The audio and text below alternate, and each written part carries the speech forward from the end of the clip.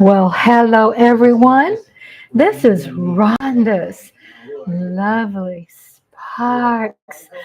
I am so excited. Do you know why? No, you don't know why, do you? Mm-mm. I mean, hello. If y'all know me, you know I'm excited because we had our first game today. First week between the Ravens and the Chiefs, and the Chiefs won. Oh my God, a real football game, which I know all of them are real, but however, it's different than preseason. It was off the chain. And guess what your girl is watching right now? I am watching right now Fight Night, and it says it's on Peacock. Why in my head, I'm thinking about, okay, it's on channel 6 NBC until I hear them use words like F and I see some naked boobies all over the screen. I'm like, I'm confused. NBC Peacock, isn't that a local channel? And or have I been out the mix for so long that I just don't know any better? But I don't think uh, that will be playing on regular Peacock channel unless it's paid cable. But we're not paying extra, so what's the dilly? I don't know. Anyway, I love this freaking movie. I love this movie. Hey, Lola. Okay, so hi, Lola. Lola, hot sauce. Okay, so Peacock is a stream. Hello, Michael Donna. Y'all, I've been watching this movie since I've been trying to get ready to go on live, right? I'm like, what am I watching here? It's Kevin Hart, it's Taraji P. Henson, it's Terrence Howard, and more, and so forth, and so forth. And it's like, it says, say hello to Peacock, the wildly entertaining new streaming. Watch Fight Night, the $1 Million Heist, season one. What? This is a television series, y'all? Are you kidding me? This is like an all-star cast. It's an all-star cast. It's about the infamous story of how an armed robbery on the night of Muhammad Ali's historic 1970 combat fight transformed Atlanta into the Black Mecca, Mecca, Mecca, Mecca, Mecca. So, okay, so Lola says like Disney Plus. Okay, I was like, oh my God, I see the tatas up there stripping. Oh, that little star on the booby ain't hiding anything, Peacock. What he say? And then, what's up with Kevin Hart's character? He's going down on one woman, and then he got some extra holes. Then he claimed that this one is his cousin on his mama's side. I'm like, Kevin Hart. I love movies, right? This is some black exploitation stuff that I don't really. I'm not a fan of calling it black exploitation because I know what that means. However, I think it's the word for it, and it's so cool. It's got afros, it's got the thick glasses, it's got this like booty shorts and boobs popping out the hot clothing back in the 1970s. And get back now, get on that bar, get on the good foot. Right? James Brown. Oh my God, that's my time. I'm a 60s baby. I'm loving the perm hair, afro, bam, bam, bam, bam, bam, bam, bam. It's just hot to death. So I'm like, oh my God, I gotta hurry up and go live. I gotta hurry up and go live. Oh, so hello, I'm Rhonda. If y'all don't know who I am, sitting in the cut, smash that like. I'm Rhonda. Rhonda's lovely sparks. I feel like I haven't been live for years. And I'm looking at my girl Donna. Lola says, that's a lot going on. Yeah, it's a lot going on. Kevin Hart's all over the place. But then he's with Taraji Henson, and then he's with Miss Jenkins, who's what, his wife, baby mama? And there's this woman shows up in this like GTO looking car, and she's like, bam, bam, pow, pow. She's like, Afro City, Black Queen, all that, and Afrocentric. Yo, that's my ish. That's my stuff. Mike Aldana says that's why he's Kevin Hart. That's why he's Kevin Hart. He doesn't have any. He was like going down on a woman. He's a freak. And then Michael Dow says, "You should see Think like a man." I gotta see it again. It's been a while. And Lola says, "What is the movie called?" The movie is called Fright Night. It's called Fright Night. It came on right after the game, and I saw it featuring for a while, but I'm like, it just didn't hit me until after the game today. I saw it and I'm like, what? I see some natural hair.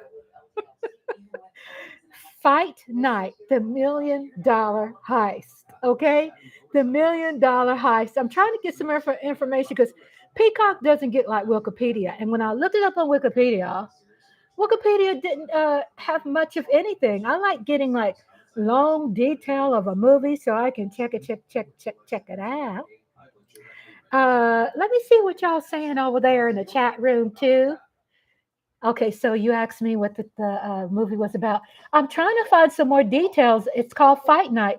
It came on right after the game, and I'm just trying to get some more details. But I guess that's all it has. Um, on here, I'm looking at Billboard.com, and it's an all-star cast. It's Samuel Jackson, Samuel L. Kevin Hart, Terrence Howard, Don Chappelle. Is that how you pronounce his name? Because I got that sometime that Southern drawl where we can screw up some words. And then it says Fight Night, the $1 million heist. It's like reminds me of the throwback of Sidney Poitier, and Bill Cosby. You know what I'm saying? It's like, whoa. It says world premiere at Jazz at Lincoln Center on September the 4th in New York City. So obviously it aired today. It says it's a limited 8-episode drama series. It said it will air today, Thursday, September 5th. So I can understand why it's playing late at night because it's got some things going on with it, which I like that. I ain't scared. The more raunchier, the better. As long as it has a storyline. A porn movie with a storyline is good for me, even though I can't stand porn movies. I don't watch them. My husband doesn't watch them. Just saying. I just always had this visual. If I was a porn producer, I would have a decent storyline, and then I incorporate the raunchiness. But then I'd have a freaking storyline. Why you got to get it and then be out and it's done? It's like you leaving everything high and dry. Why we can't have a romantic porn movie? Why can we not have a horror movie that's a porn movie that makes sense, that can get some legitimate Oscars? I mean, I'm just saying. I'm just saying. So Asia's in the house. Hello, Asia. It is a series, Lola. It's a series that's going to be awesome. It's an all-star cast. Oh my God. I love stuff like this. Okay, so that's what I've been doing. I've been watching this. Yeah, it's an all-star cast. I'm looking at it right now. It's on my flat screens hanging on the wall.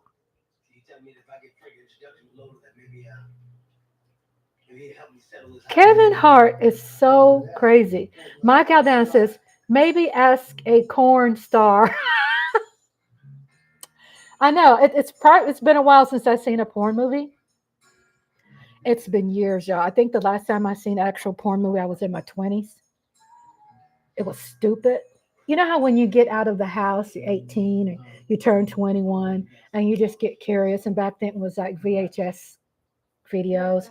And I actually went into the Red Door. It was back then they sold the video cassettes. And I went through the Red Door and I got a couple. Thought that was Beyonce.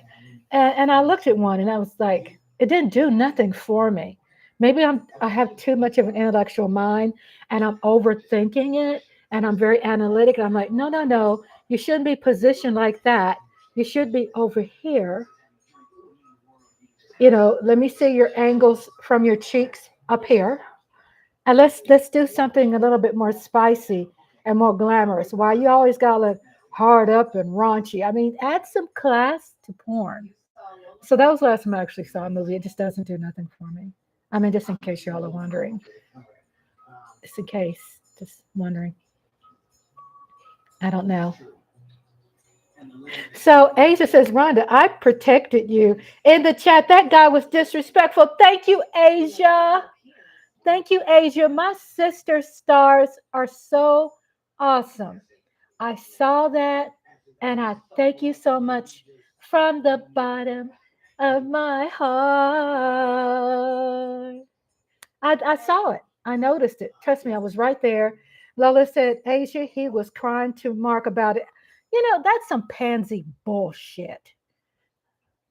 Okay, I'm 10 minutes into my live. I can cuss. They said you can cuss like a couple of seconds or minutes into your live. So I waited. I'm 10 minutes. I try not to cuss. But yeah, he's soft. He's a manipulator.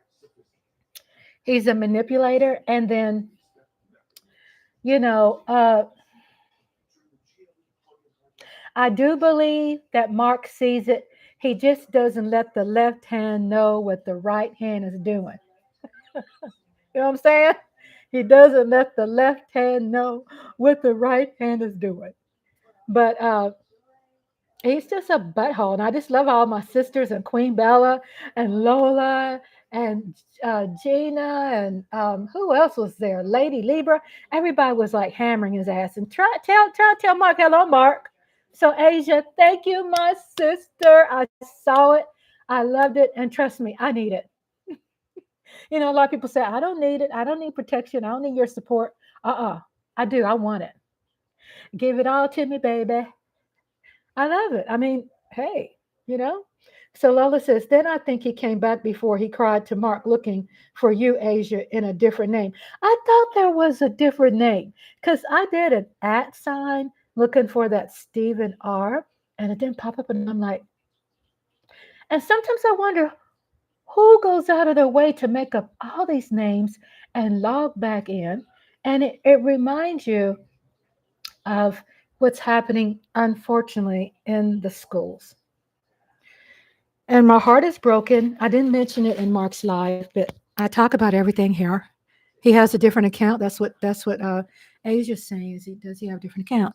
Um, and just to let y'all know why this hits home for me because they're talking about Muhammad Ali, and understand back in that time I was working for George when George Foreman made his comeback in the 90s, and understand I knew George when he fought Muhammad Ali, and I knew him because we were neighbors, right? And my mom and dad are very close to his mother. Rest in peace. She's not around anymore. But she, you know, we used to always go fishing, and I knew the grand,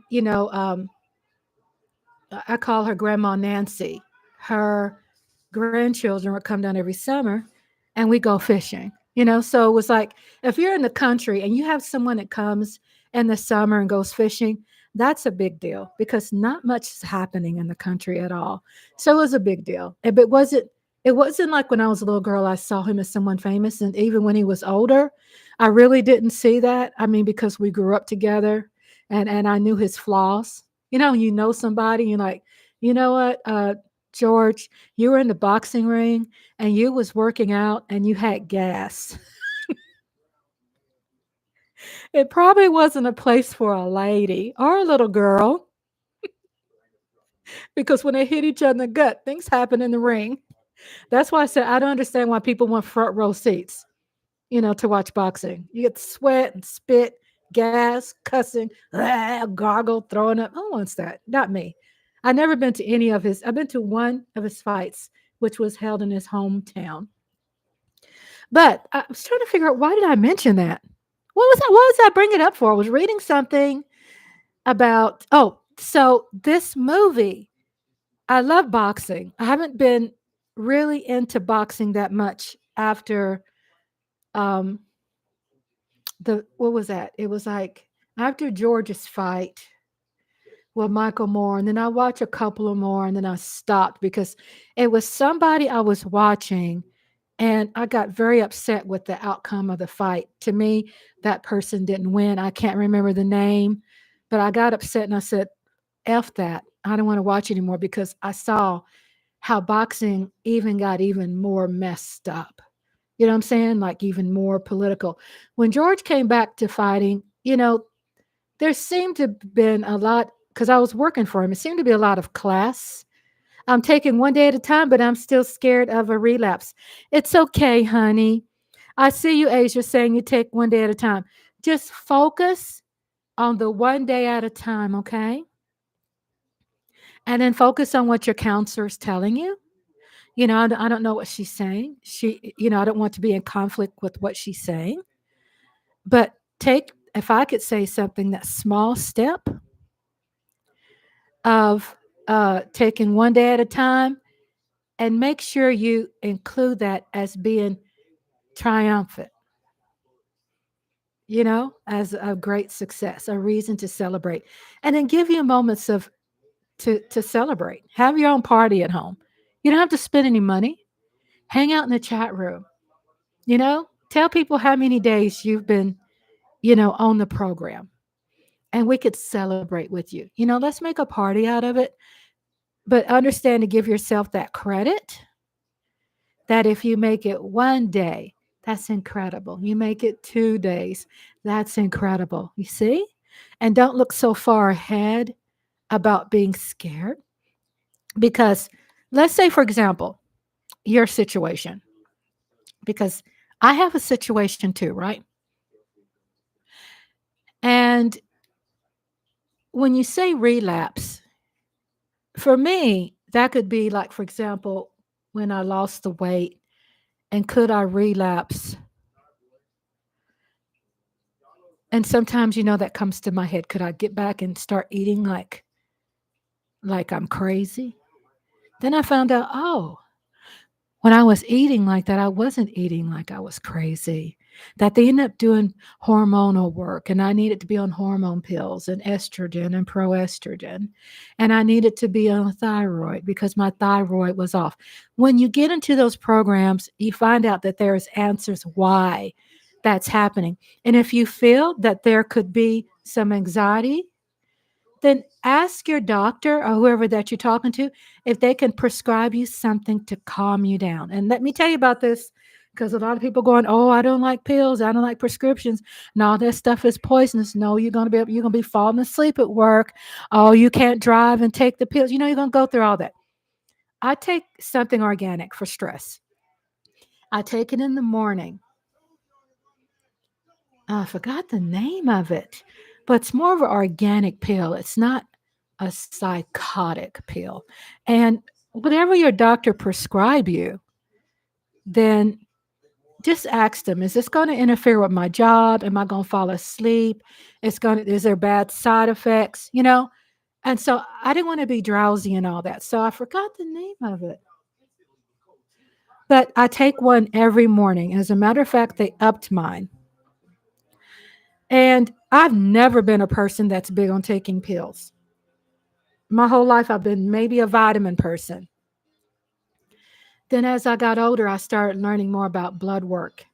I started learning more about blood tests, and I started learning about my age and how things can happen to your body as you get older. A lot of people don't pay attention to that. They go, well, I think I'm the same person I was years ago. You're not.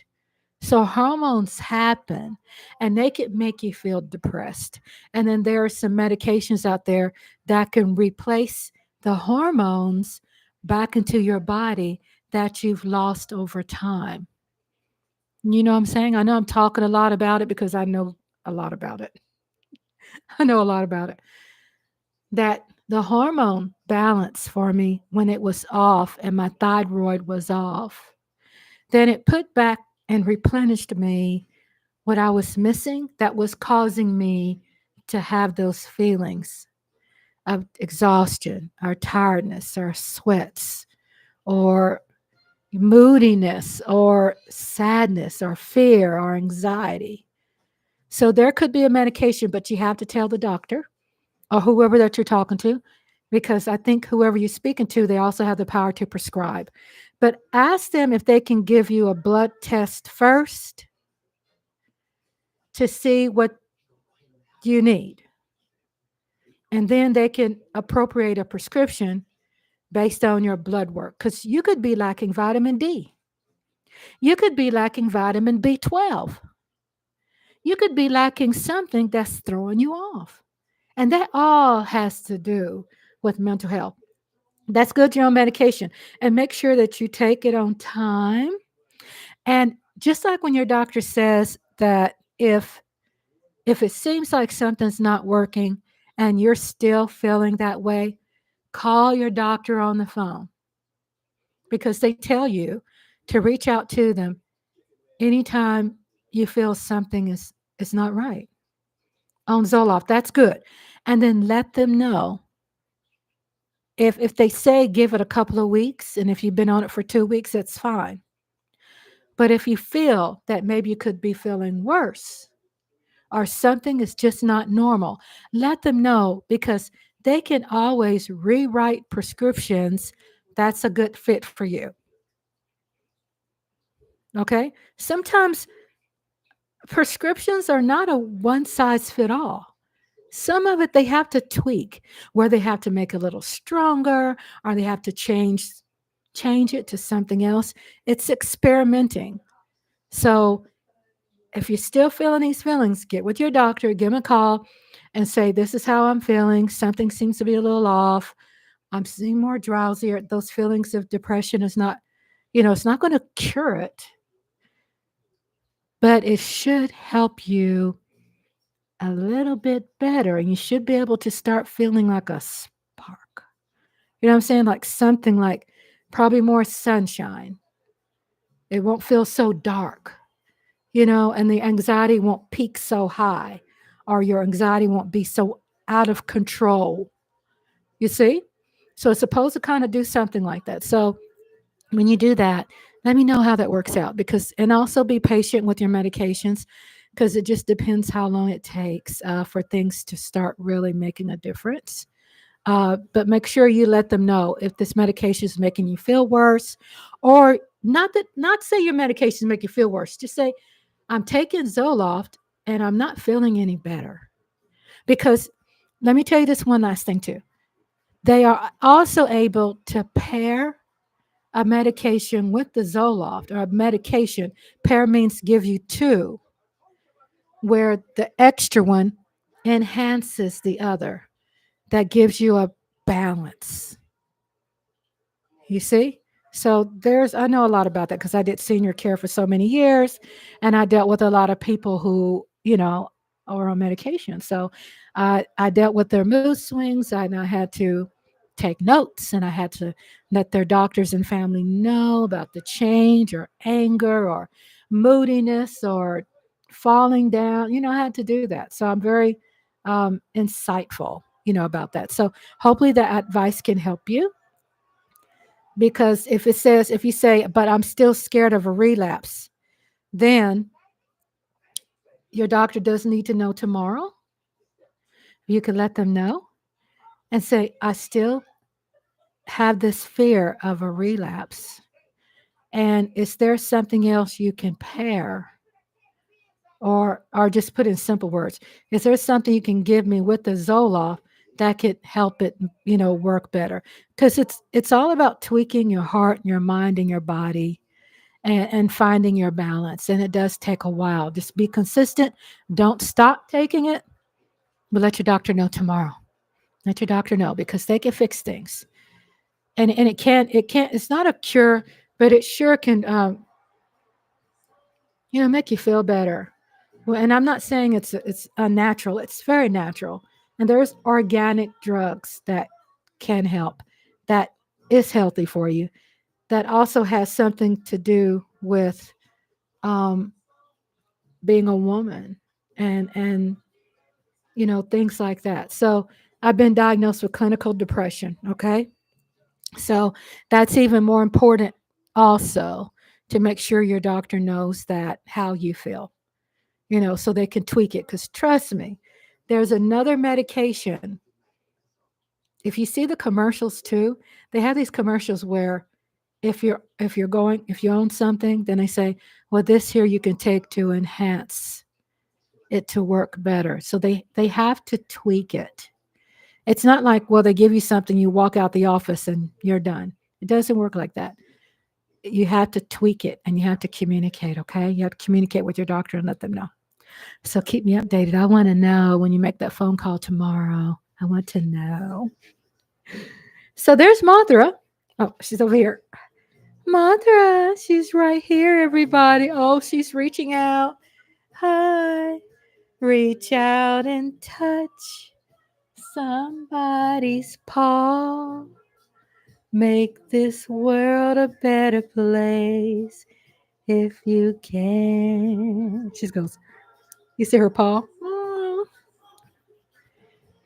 So to take that first step, and sometimes a lot of people feel that when you talk to your doctor and you see them for that one visit, that's all you need. It doesn't stop right there. It takes communicating with the doctor and letting the doctor know, what's going on, because they can't help you unless you tell them, and then I gave you some tips on how to communicate that. Okay, how to communicate that.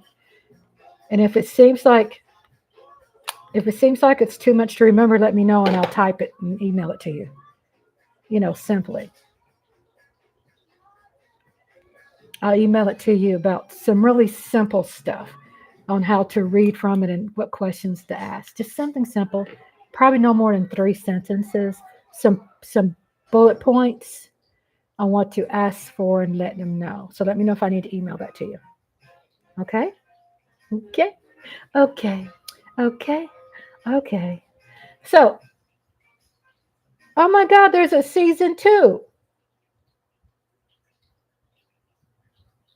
I mean, an episode 2. Sorry, not season 2. So this is okay. So I'm not gonna watch this without hubby. I'm getting out of it. Get out. I was wondering, cause hubby.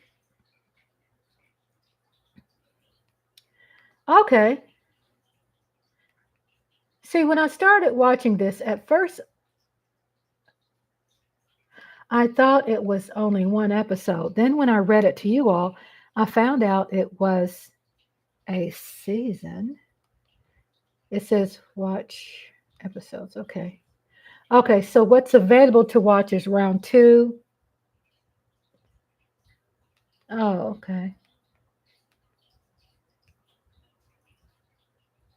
Is episode 1 and 2. Okay. So that's available. Okay. Just like what Lola was trying to tell me. It just kind of threw me off when it said Peacock. So I hope you understand that, Asian, and send me an email so we could, walk through it. But yeah, just let them know how you're feeling, and just you have a lot of people don't know that you can take control of your health that way. A lot of people, a lot of older generation, they're like, I'm supposed to just sit back and let the doctor do all the work. Well, today we have control of our health care and we can speak up. We can tell the doctor what our needs are. We can say, hey, I'm not feeling good. This is not helping. It doesn't seem like enough. I know that, doctor, I know that you prescribed this for me and I've been on it for such and such length of time, but I don't feel any different and I still feel sad.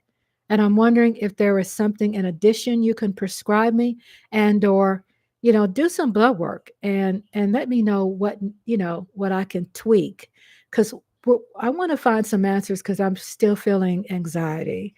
I'm afraid I'm going to relapse. Okay? So you have to tell the doctor that, and he can. And then doctors, when you give them something to work with, they're so excited. It's like, oh my God, she communicated with me. Because most of them want to help. Most of them want to fix the problem. And that will help you. That will give you some tools. Okay, I'm getting out of NBC. Peacock. My hubby had signed in and was watching the game right before I woke up. Is why I was already in it, because right after the game, it just sent me there. And I was confused. I didn't know if I was on Stream Era or doing something else. So I'm going back into YouTube, and I was curious about the game tonight that we were watching. And let me know. Talk to me anytime, Asia. I mean, you're not changing the topic. Just whatever the topic is, I flow with it. Just kind of when I see no one's writing anything, then I just move on to something else. However, you could always mention it and we could always talk about it. So you don't have to wait. You could just chime in. Um, and I want to see if I could find any highlights about the game tonight that has me very curious about what we saw. Because I didn't see the whole game. But I like reading Athletic Pulse, and what Athletic Pulse is talking about. NFL insider Diana Russini checking in for a special opening night edition on new podcast Scoop City. They've been promoting this new podcast, and they're talking about the former NFL quarterback Chase Daniel, and I offer up Super Bowl predictions. So that's interesting what they got going on in the Pulse and the Pulse. I'm subscribed to it where I get the highlights, and that's when I can get some major highlights on overall sports, mostly NFL football. And the game tonight, highlights. Let me see if I can find the highlights of the game tonight because I did want to talk a little bit about that. Okay, hi, Mike Aldana. Mike Aldana's listening. Thank you so much. Are you working overtime tonight, Mike? Are you working overtime? Um, I was watching some highlights here, and they're talking about the Kansas City Chiefs open the NFL season with a 27-20 victory over Baltimore Ravens on Thursday, winning by a few blades of grass. This is NBC Sports, right? And I thought it was interesting how they said a few blades of grass, which he means the toe. The toe did it. Toe controversy. Um, That's a pretty cool write up. I love when people write really cool stuff. The Ravens were trailing by 7 points, but were deep inside Chiefs territory with only 4 seconds to go when Lamar Jackson connected with tight end Isaiah, likely in the back of the end zone as time expired and the catch was initially ruled. It's amazing when you see these games how seconds matter. Just seconds. And then you know what you think about? When you come close to something like that, you go, was there something that I could have done in the first quarter, second quarter, third quarter? Is there something I could have done actually to help me have more minutes in the fourth quarter? Because if they had more time, then it probably would have been a little different. And I think that's what we look at as a fan also. It's that we look at things like could have, would have, should have. Like, man, maybe if they made that field goal, I'm talking about another game, that possibly we could have won that game. Or we missed that field goal. You missed the kick. Whatever those mistakes are, you go, man, the game can go either way. Even though we know the Chiefs have some weapons, okay? They have some serious weapons. But what hubby was telling me tonight, too, is that Taylor Swift's Kelsey, that place where Kansas City Chiefs has a horror movie out. And your girl Rhonda, points were left on the board. Mike Aldana says points were left on the board. Kelsey, when we talk about movies, um, so hubby said he saw something like that tonight. It's called Grotesquerie. It's a series, and Travis Kelsey is in it. Niecy Nash, Travis Kelsey, Courtney Vance, Nicholas Chavez, Tessa Ferreira. It's called Grotesquerie, Grotesquerie. Grotesquerie. Travis Kelsey is acting in it. It's a series. It talks about a detective and a nun investigate a series of heinous crimes that seem personal while grappling with personal issues and uncovering a sinister web that raises more questions than answers. Oh my God, Becky! It's a horror drama. Oh my God. Y'all know I love horror. It has a big staff. I am going to post it and let you see the reference of it. I wish I had answers as to when, what time, all of this. When it's going to play. I guess it is somewhere on here. I'll just have to look for it. Um, Travis Kelsey lends his familiar face to eerie, grotesquerie. All right, y'all. Y'all know your girl. Y'all know what I'm about to do, right? Okay. I'm going to have to find the trailer and pull it up. I'm all about the movies. Yeah. I'm all about the movies because I love it. I finally found something in my life that I'm so passionate about. And I'm passionate. Get my mic to me. I'm passionate about a lot of things. But talking about movies, I just love. So let's see what's going on, Siri.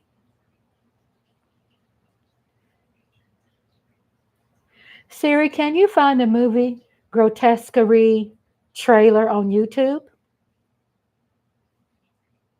I'll need to access your YouTube data to do this. Or whatever, Siri. Can you hurry up? She's I'm such not a sure I understand. she's such a diva. Siri's such a diva. Okay. Siri, can you find Grotesquerie movie trailer with Kelsey? Sorry, I can only search by topic for movies. Okay. Must I have to type it in? Okay, I will. I will. Then I want to talk about some politics. Talk about politics, baby. We're going to talk about politics, you and me. We're going to talk about all the good things that it may be. I am so thirsty to talk about that. However, Tesqueire, movie trailer. I have to type it in. Oh, my finger. Oh, it's so hard. How are you doing, Asia? Are you still there, Asia? Yeah, TV series. It started already? How come y'all know everything? Your girl, I'll be sleeping all day. I'm here. Hi, Asia, my love. Let me know if you want me to send you an email, like 3 bullets of just try to refresh your memory or your mind. And even if you want me to talk to your doctor, with your permission, of course, and we could have it on a 3-way, or I could, communicate it while you're there. We could do that. So I'm just letting you know, I used to be an advocate for people. I'm still an advocate, I guess. So just because I'm retired doesn't mean that I'm out of it. I mean, I'm very much into helping people and helping myself because I know what I've done to help my husband and me. And I remember, y'all, I know my eyes, right? My eyes were, and I don't have thyroid problems with my eyes. It is inherited. My family on my mother's side and my dad's side have beautiful big eyes. But the point I'm trying to make, when you look at my eyes, it's no dark red. Then I told my doctor about that, right? So my doctor did an exam and found out that I had a lot of eye strain. So I needed to get more rest, and I needed an eye wash because my eyes were drying out while I was asleep. And plus, I needed to take a thyroid medication and hormones. Let's see, movie trailer. Honey, I could talk about medications and health all day because it's my passion. And I know what I've done to improve my health and the life of others that I've taken care of, and my husband and my grandson, things like that. Uh, Movie. It's just so inconvenient to type this. Oh my God. Movie trailer. Shout out to everybody singing the cut. Say hi to me. I'm Rhonda, and I'm from Texas. I'm Rhonda Lovely Sparks. Welcome, everybody. Um, New subscribers. Shout out to the members of Spark Nation. You got rocket power. How come? My grandson. Oh, that's why it's not. Was it typed in the V? Movie trailer. Gosh, what's going on with my?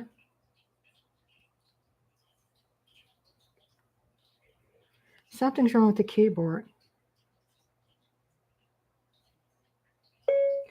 Grotesquerie movie trailer. Kelsey. YouTube.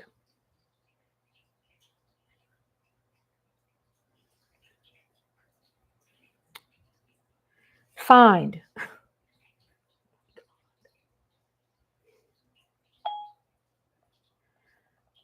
I hope that I was able to add a spark to you, Asia. Hopefully that you was able to feel a little bit better since we've been talking, and maybe I can make you smile, make you laugh a little bit. Grotesquerie Travis Kelsey movie trailer on YouTube.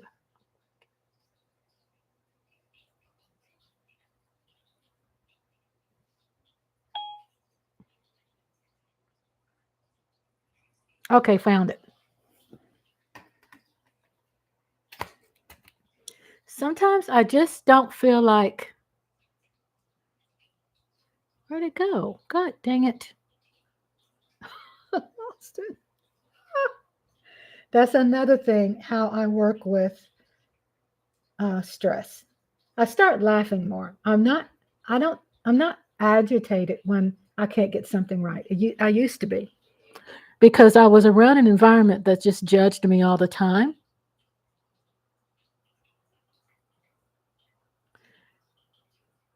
And Hey everybody, check out the trailer for FX's Grotesquerie. That's right, you might see some familiar faces. Something hellish is here.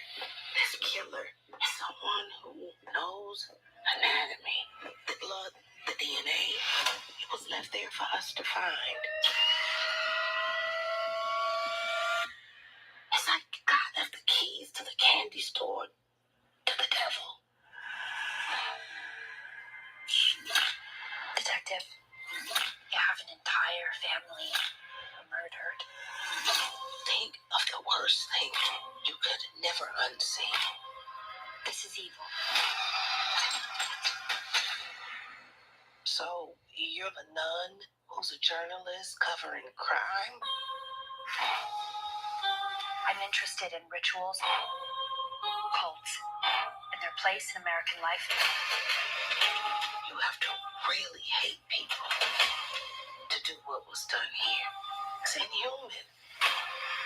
No, it's unhuman. mm-hmm. It's better to look at the evil than to ignore it, Father. And what if you enjoy the looking? They're playing with us, hunting us. Seems like this killer is haunting you.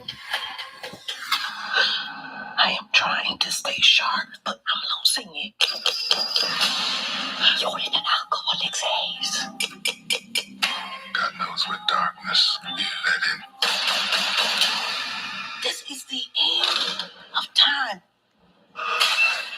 The monster is is out here, people. There's no future after this. It's a messy thing. A dirty, nasty thing. People want evil. I get a shiver in my quiver just thinking about it.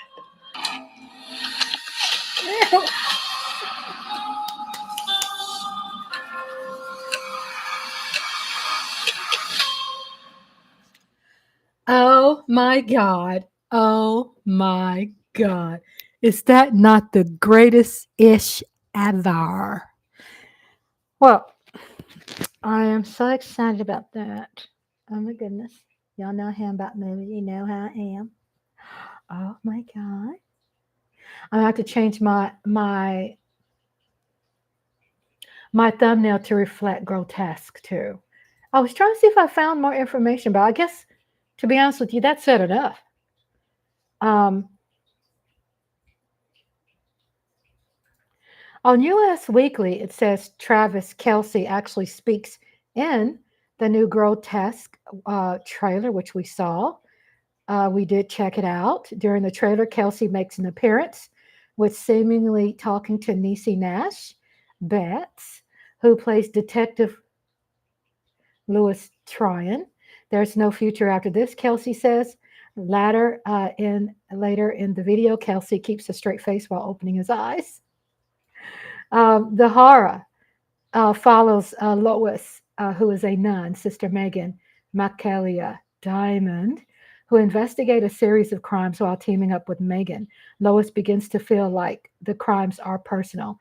And Grotesquerie is Kelsey's first time dabbling in the world of acting. After his casting was revealed, Travis his and gushed on his and brother Jason Kelsey's New Heights podcast that he was blown away to receive the opportunity from Murphy. Hopefully, I don't bomb this one for him, Travis said in May. It sounds like everything is going as planned, and I can't thank him enough for just this opportunity because I'm sure there are actors out there who have been in the acting world that would die for an opportunity to work with Ryan, and I'm getting it in. Really, my first gig ever. So it's pretty unique and it's pretty cool. While Travis wasn't sure how many episodes he'd be featured in, he teased that he had a big role in the show. And he added, right now, I'm just taking it scene by scene and trying to make sure that I remember my lines. Like I said, I'm very amateur at this.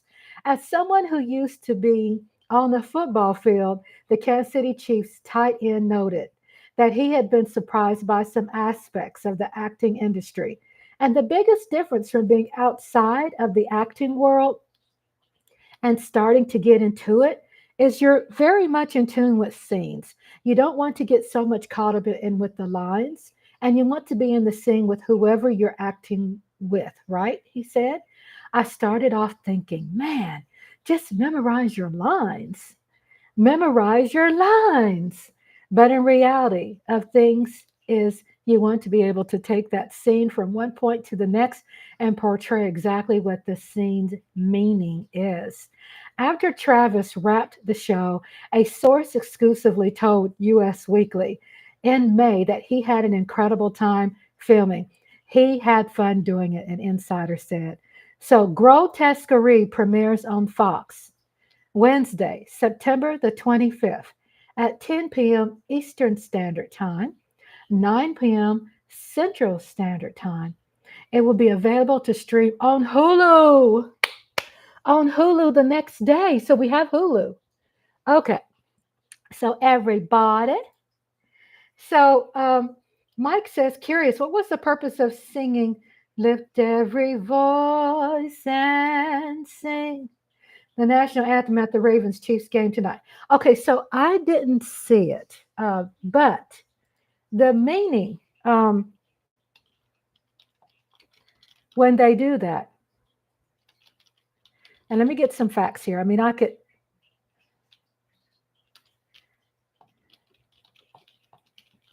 I could tell you, right off the bat, but I want to not shorten the true meaning. Um, so I will read this to you about your question, Mike Aldana, and then I'll add a little bit of flavor. A little bit of flavor. Lift Every Voice and Sing is a song that will be performed each NFL game during week one, ahead of the Star Spangled Banner.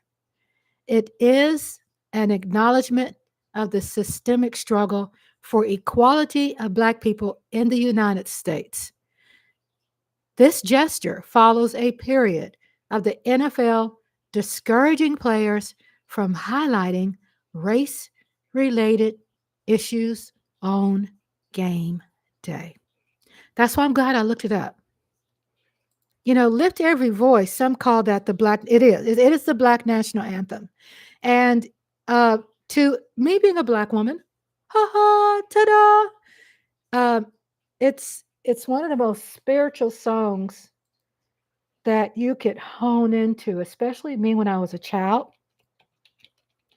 And it would put chills on me. I mean, literally, because I remember those women who are no longer singing, us coming together and singing it and watching their faces. Like every time you would sing, I'm just saying, every time when you see people sing, but since we're talking about Black people, every time you see a Black person sing, me being around the Black church, I'm baptized a Lutheran, but I went to a lot of Baptist churches and Methodist churches services when I was a little girl. I went with my aunt and my grandmother down south, and I went with my grandmother. And me being baptized as a Lutheran, it just tells you my diversity when it comes to religion. However, I feel I am more spiritual than religious. So I don't follow just one religion. You know what I'm saying? I could have respect for the majority of religions out there, the Jewish, Buddhism, Muslim. I could have respect for all of them because it's something special that can help me in my life. So I don't go under religion. But lift every voice and sing. It's something that takes me back during a time that was sung when there was a great loss. My God, Dad says, maybe I forgot they were doing something different this NFL season. It said just week one. Um, and the NFL has been under a lot of scrutiny because you have people who are stubborn uh, and pigheaded and don't want to listen to um, people who work for them, who are the majority of Black people. It's one of the largest Black employers, I could say in the country, I could say in the world. But in order to be successful, you need to be sensitive to that fact. And when you don't, then it says something very strong that you are against it. And how does this become so personal?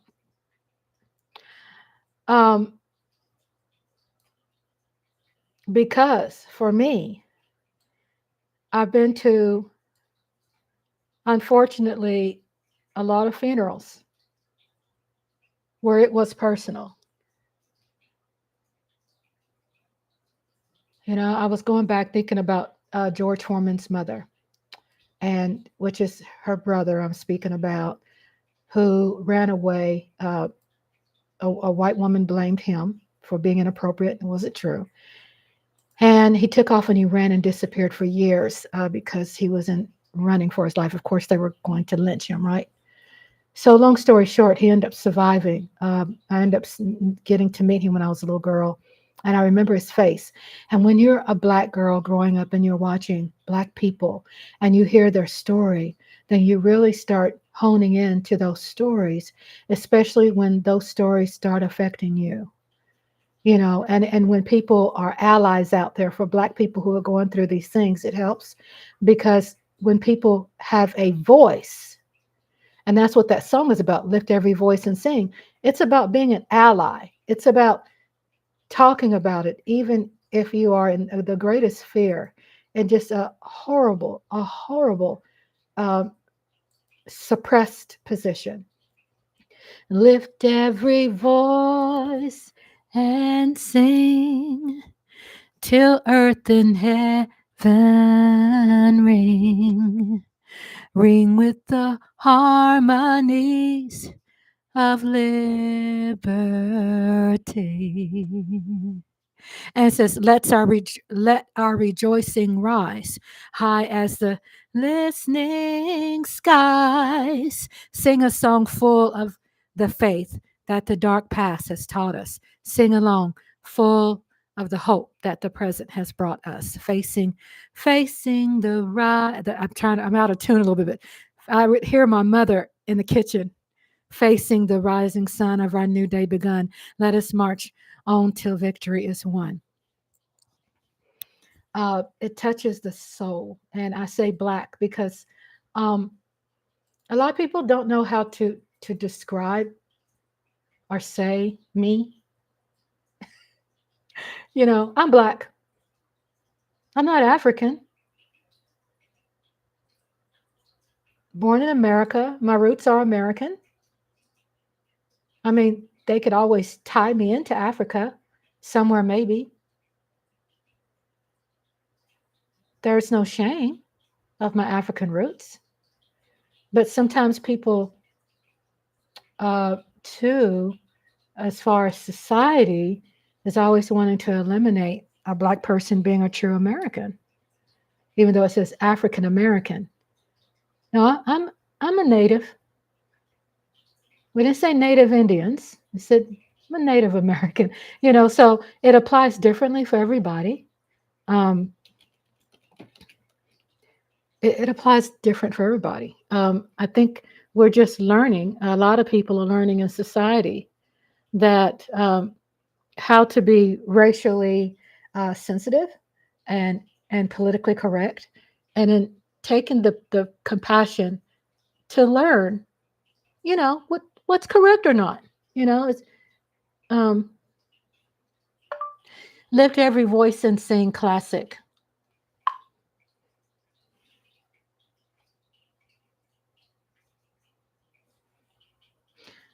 I remember when my grandmother would sing that song. Oh my God, because she sang. And it was during a moment that when you lost somebody that to inequalities, someone stripped you from your, from having any kind of dignity.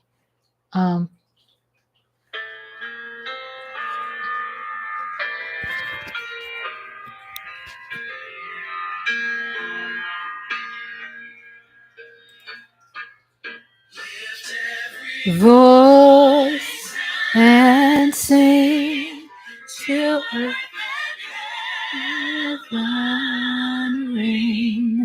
ring with the harmonies of liberty. Let our rejoicing rise high as the listening skies. Let it resound loud as the rolling sea. I had to listen to this. Full of the faith that our past has taught us.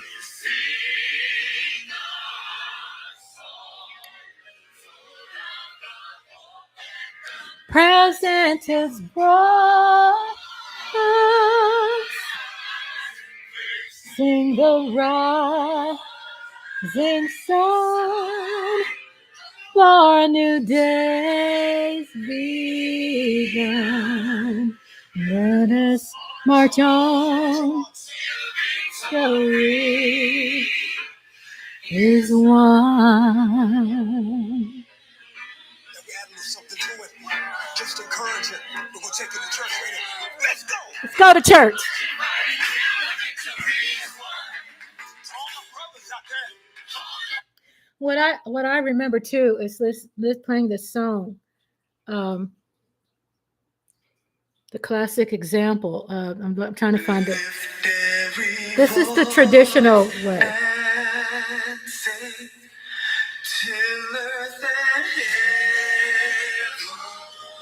Ring with the harmonies.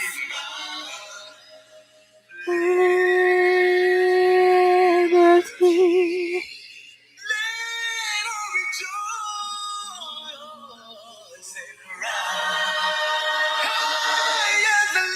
Listening skies, loudest roar.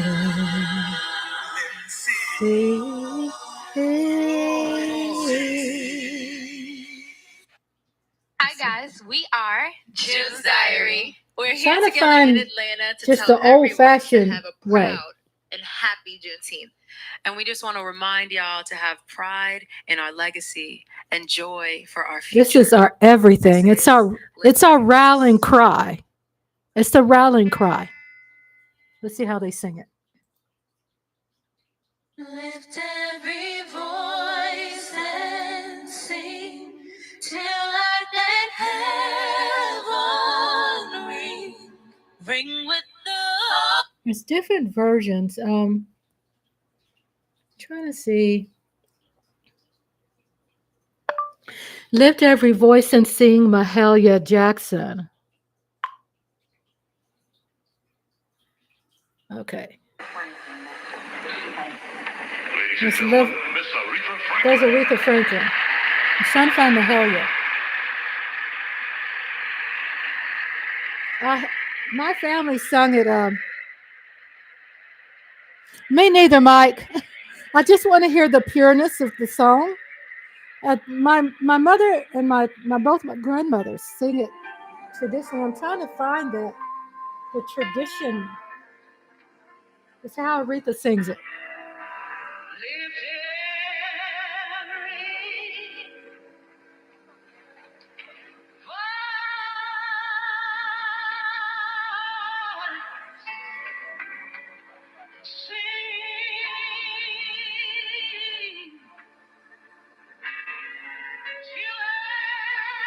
Woo.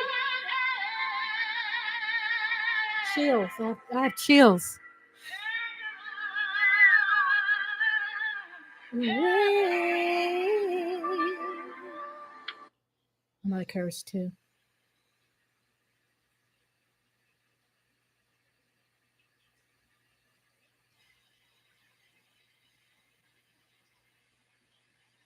I got Al Green and Denise Williams.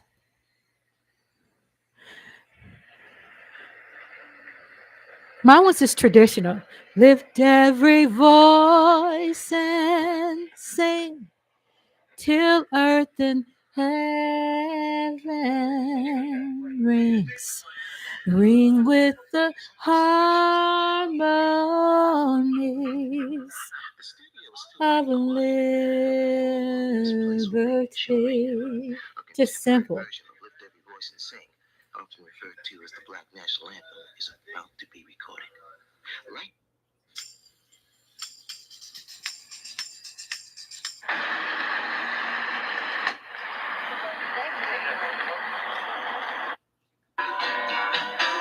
With every voice I sing till heaven, heaven ring, ring with the harmony of liberty, facing the rising Sun. Go to the video that has just the lyrics. Is the more traditional version of the song. Harmony.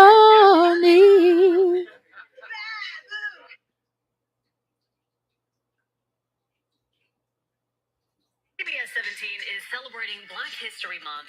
Lift Every Voice and Sing, also known as the Black National Anthem, has been performed everywhere from presidential inaugurations to Super Bowl Sunday. As Joel Hillary reports, the song is now on the road to new recognition.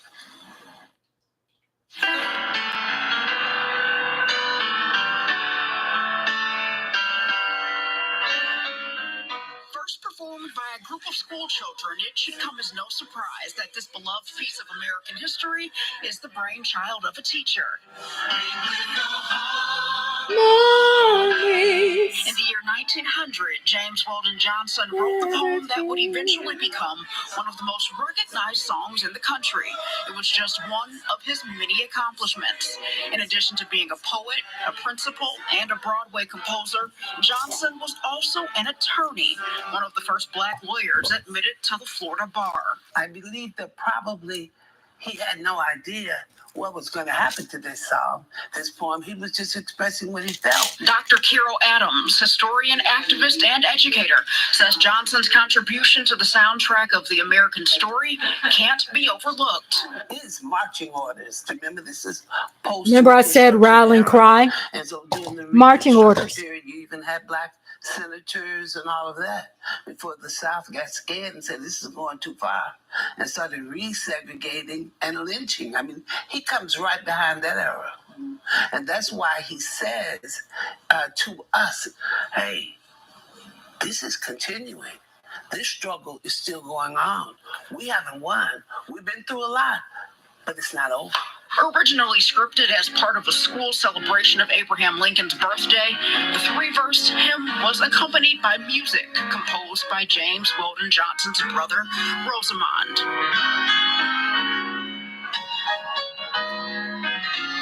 In 1919, during one of the most racially violent periods since the Civil War, the lyrics were given new life, again by educators. Many of the children who first learned the song went on to become teachers themselves, reviving it for a new generation.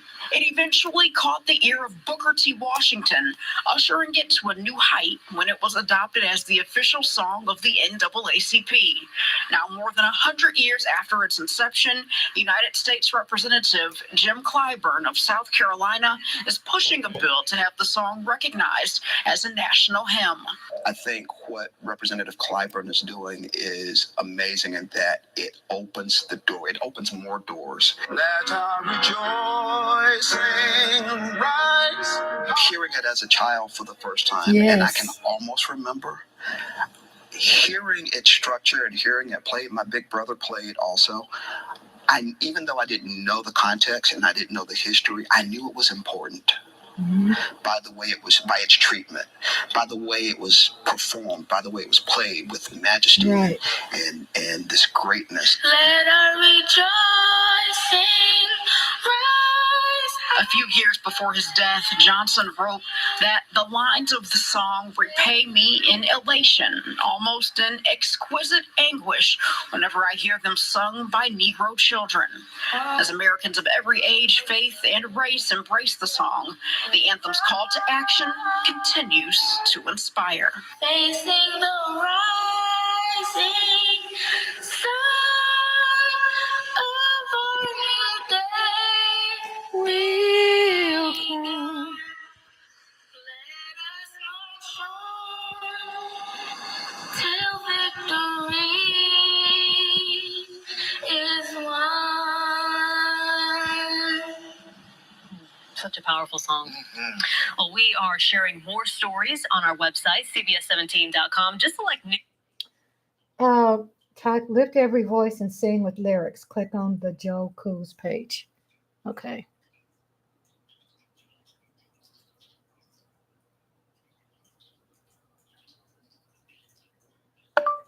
Lift Every Voice and Sing lyrics.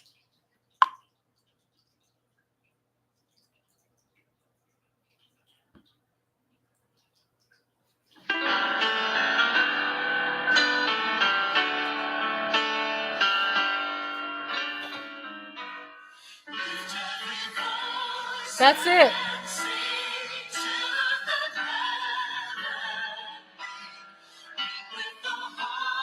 Money.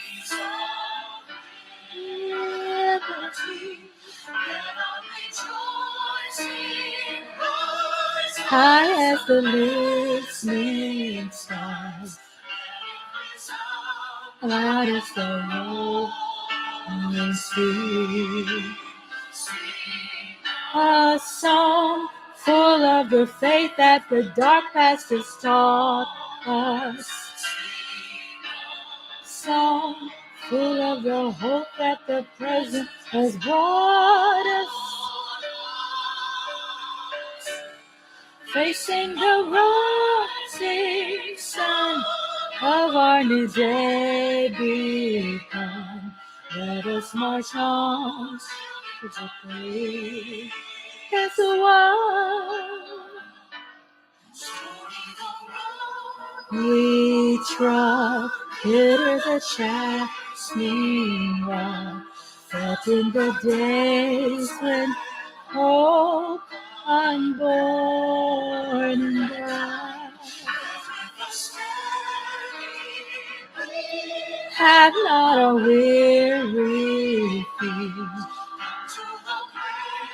for which our feet are song.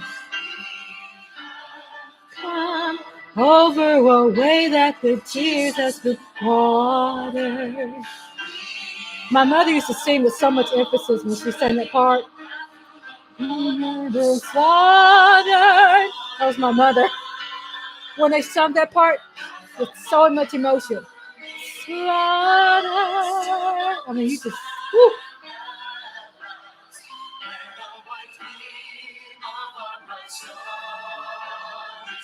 Yes.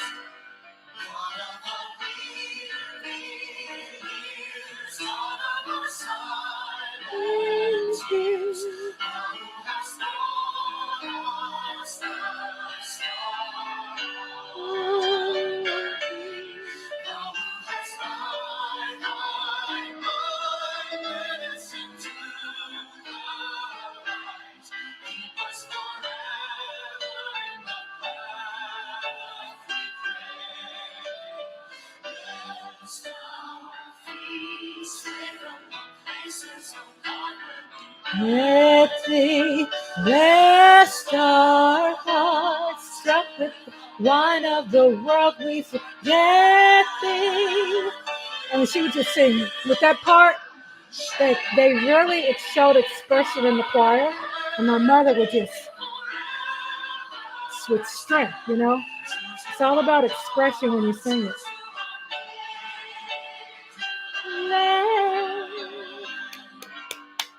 Ooh, that was the song right there. That was perfect, Mike. That was the right one there. Whew, I felt good. I had spirit in me. I got the spirit in me. Because I know that song is, there's a lot of profound things about it. Everything. Speaking of getting to the spirit and understanding the song, the Black National Anthem, when for me, being a Black person and it's being played, it's like a rallying cry out. No, I embrace what you sent me. I love that. You didn't take over, because I didn't see it as you taking over. I saw you just giving a really incredible contribution. Because that's how I flow. That's how I flow when I go on my lives. I just flow. For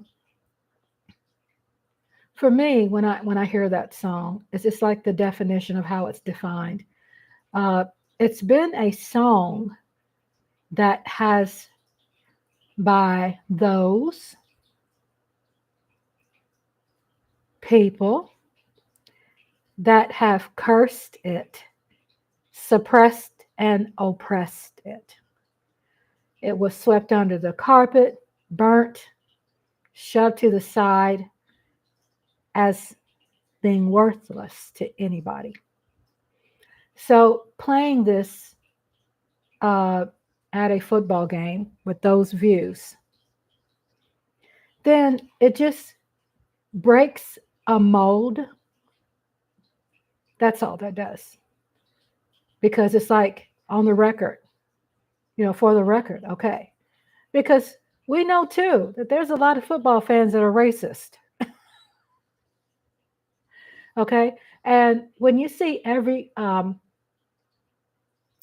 median and format and social, internet, all these different pages, when you see that a lot of people are promoting this language of fairness and equality, and then you got the NFL's doing this, then it pisses off a lot of people, especially their players' morale. And NFL are held in such high regard that if they do not do things as equal opportunity, then they don't want to experience a strike again.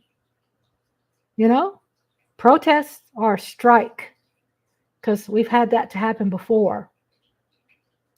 Colin Kaepernick still on the sideline, yeah. But his voice is strong. He has a whole lot of people that are supporting him and causes that is financially supporting him, even though his dream to come true is to be back in the game. But as far as him kept busy, he's a very busy guy. He uses his voice and his platform to really help and contribute to other areas where it's needed. Raising money for great causes when it comes to any kind of inequalities and any kind of thing that just seems to be not fully transparent. And it's a lot of that. We see it very clearly in the media. We see it very clearly, not trying to make this an it thing or at thing, but if there are facts, then we have to be voiceful of those facts, right? And we know that if there's a black child, when something is happening to a black child, the statistics are that their face and their name is splattered quickly all throughout the media. That's something we just happen to notice. Percentage-wise, yes. And when it comes to a different color complexion child, they hold on to it. They hold on to the picture. They held on to the name. We understand the bureaucracy of it. We can all go, well, everybody's case is different. It depends on, the people in office, in that particular area and how they handle things. If we eliminate all those excuses, it does boil down to indoctrination of just not wanting to be transparent and fair and equal to Black people. And these are facts. And it's a very scary thing, even though I try my best to definitely live a full life. We look at stats and people will say, oh, it's more than that. Still, stats say, well, it's only 12% Black people here. And people did unfortunately, a very effective job on trying to eliminate the race, my race. So it's clear, it's very clear, that there are problems. And no, it didn't go away when Bush was in office, the son, because, they tried to get rid of affirmative action. They tried to slide that in since he had the House and the Senate. And it's just, it's very clear. But hopefully, this year we can show and send a strong message to people here, to all Americans here, which when we could do it here, we can also send that message to the world that we are about being a country of fairness and equality and of immigrants and all those wonderful things that is put into the Declaration of Independence. So it's just holding people accountable. And what's really helped to hold people accountable is cell phones and cameras and exposing bad things. People, oh, no cell phone show up. Guess what? It might be some negative causes, and there are negative causes in everything we do. Negative reasons and excuses. But also for the betterment it has been for the better, um, because it does help resolve some things that could go down incredibly wrong and bad. I'm looking for Mike, your MAGA grandma runs away from Trump. I want to play that also while we're talking about the aura. Okay, that's her.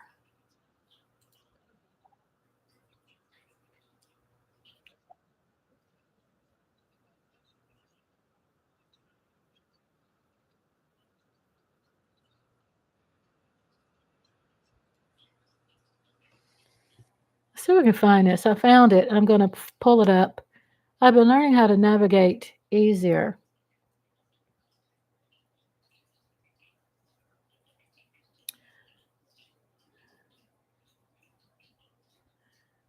Let's see. Let's go home. There it is. But the more I do this, the more faster I become. Whatever. They've already threatened me. What are they going to do to me? Just kill me? I mean, yeah. She kind of backtracked that a little bit because they could, K her. They could It's Ken out her. Harbaugh with the Midas Touch Network. And this I'm going to play is the this. inaugural episode of the Ken Harbaugh Show, which is dedicated to holding accountable. I'll be right back. I'm going to the powder room. I'm going to the powder room, and I'll be back. And when I come back, I'm going to play this grandma who finally saw the light. And she gives some really good excuses as to how she got caught up, and how she misunderstood some things. Even though I think prison time opened up her eyes, she seemed to be what you would say a balanced person before. She just was on the wrong side of history. And she served her time. So shout out to Mike Aldana for sharing this video. I'm going to play this when I come back. And I got that beautiful song in my head. Lift every voice and sing. And let the heavens ring. Oh, I remember that song, boy. You see people who would sing it would have tears and just cry. Try to make sure my table doesn't look so cluttered. Trying to fix things. All right. What are you doing?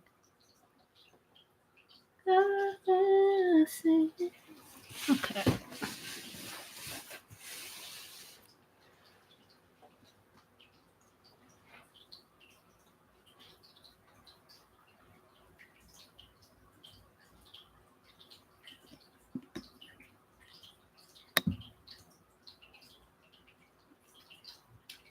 Okay. I'll be back.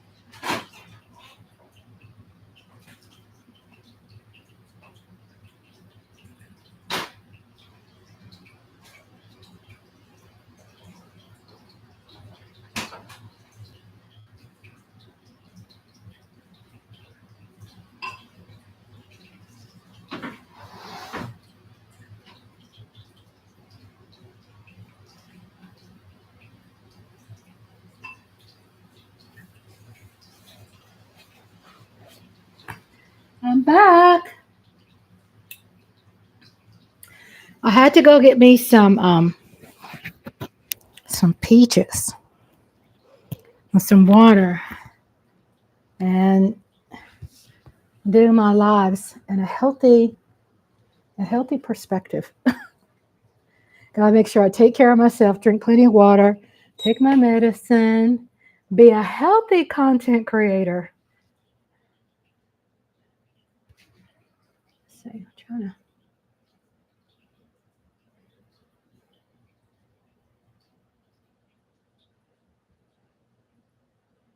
So, like I said before, when it comes to the channel, that what makes to me a successful channel is the people. You know, I could be on here and talk about it, but it's the people that makes a channel exciting. It's the chat room. It's the people in the chat room.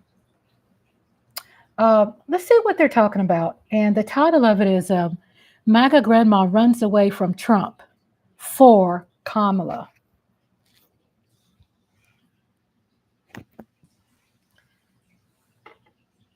Again, welcome. This is Rhonda. I'm with Rhonda's Lovely Sparks. And we are 1 hour and 26 minutes into my live. Thank you so much. And a shout out to people overseas. I have seen also an influx from people from the Netherlands and Italy as well. So shout out to Italy and shout out to the Netherlands. I love y'all. Come to the chat room and say hi to me. That's why I stay up too, so I can check in on a time zone where you all are from. Okay? All right, let's listen to this and see what this grandma got to say. Go, grandma. Go, grandma. Those who would threaten our democracy and the powerful people who enable them. This is a continuation of everything I've been doing with the Midas Touch Network, including Burn the Boats and the Against All Enemies documentary. Please click on the link below to subscribe to the podcast version of the show. We're starting with someone special. Pam Hemphill is known in MAGA circles as the MAGA Granny. She's been name-checked by none other than Donald Trump as someone he claims was wrongly persecuted for her actions on January 6th. That's her in the Capitol on that day. But Pam's story since then defies everything MAGA and Trump would have you believe. She went to jail for what she did, 60 days in one of America's toughest prisons, and openly admits that she deserved it. She pled guilty because, as you'll hear, she knows she was guilty. Pam found her way out of the cult of Trump. That's how she herself describes it, and is now campaigning for Vice President Harris. She is why we do shows like this on the Midas Touch Network. I didn't know until I had her on camera that she's a fan, not just of Midas Touch, but of the shows I've hosted, Burn the Boats and Against All Enemies. It is precisely for people like Pam Hemphill, who are desperate to know the truth about MAGA and to understand the dangers posed by someone like Donald Trump, that we do this work. If ever there was validation that channels like this matter, it's people like Pam Hemphill. And so I am deeply honored to share our first episode of the Ken Harbaugh Show, this conversation with former J6er and MAGA Granny, who has now become their worst nightmare, about what drew her out of the cult and what we need to do between now and November to crush MAGA once and for all. Before we get into it, just a reminder of how MAGA and Trump are trying desperately to erase what actually happened on January 6th. Next week, they're holding a gala at Trump's Bedminster Golf Club in celebration of the insurrectionists. Here's the announcement for that. And here's just one clip of many of Trump calling the J6 rioters hostages. Well, thank you very much. And you see the spirit from the hostages, and that's what they are, is hostages. They've been treated terribly and very unfairly, and you know that, and everybody knows that. And we're going to be working on that. So the first day we get into office, we're going to save our country. We're going to work with the people to treat those unbelievable patriots, and they were unbelievable patriots and are. You see the spirit just cheering, they're cheering while they're doing that, and they did that in prison. And it's a disgrace, in my opinion. I'm so honored today to have Pam Hemphill on the show. We've been corresponding over Twitter and text leading up to this interview. And at one point, she said she knew all of those people in the Against All Enemies documentary that I produced right here on the Midas Touch Network. Pam, you were there on January